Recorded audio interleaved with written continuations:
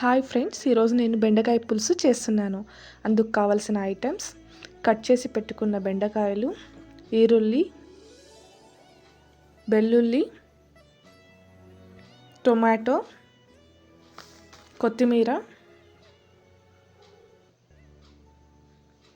చింతపండు, కరివేపాకు, రుచికి సరిపడా ఉప్పు, కారం, సాంబార్ పౌడర్, కొద్దిగా ఇంగువ. ఇప్పుడు ప్రాసెస్: ఒక బాండ్లీ తీసుకుని అందులోకి ఆయిల్ వేసుకుని కట్ చేసి పెట్టుకున్న బెండకాయలు వేసి బాగా ఫ్రై చేసుకోవాలి. గోల్డెన్ కలర్ వచ్చే వరకు ఫ్రై చేసుకుని పక్కన పెట్టుకోవాలి. ఎందుకంటే ఫ్రై చేసుకునేది అందులో ఉన్న స్టిక్కీనెస్ పోయేదానికి. ఇప్పుడు ఒక బాండ్లీ తీసుకొని అది బాగా వేడయ్యాక అందులోకి కొద్దిగా ఆయిల్ వేసుకొని సాసులు, జీలకర్ర వేసుకొని అది బాగా చిట్లాక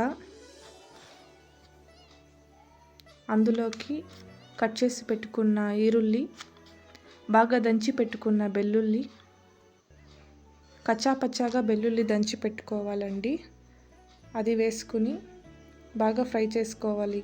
అందులోకి కొద్దిగా కరివేపాకు వేసి ఫ్రై చేసుకోవాలి.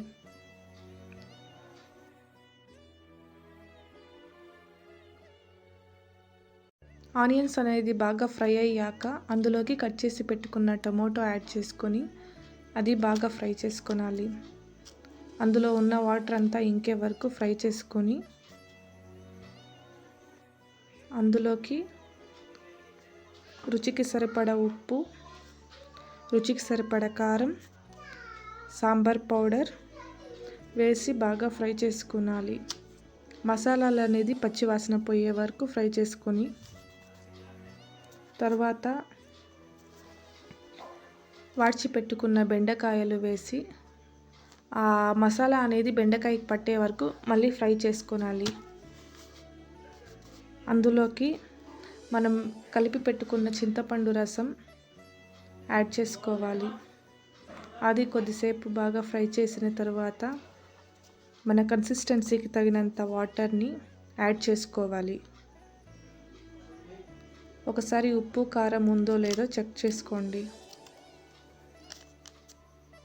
పులుసు కాబట్టి కారం, ఉప్పు, మసాలా అనేది కొద్దిగా ఎక్కువే పడుతుంది. ఇది బాగా ఉడికించుకోవాలి. ఇందులోకే కొద్దిగా పసుపు యాడ్ చేసుకుంటున్నానండి.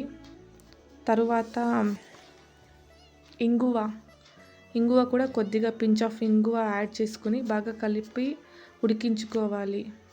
ఒక 5 to 10 minutes అయితే ఉడికిపోతుంది. ఎందుకంటే మనము బెండకాయను ముందుగానే మనం ఫ్రై చేసుకున్నాం కాబట్టి ఆ స్టిక్కీనెస్ పోయేదానికి.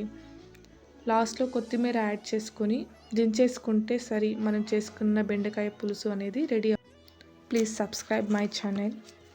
Thank you for watching my videos.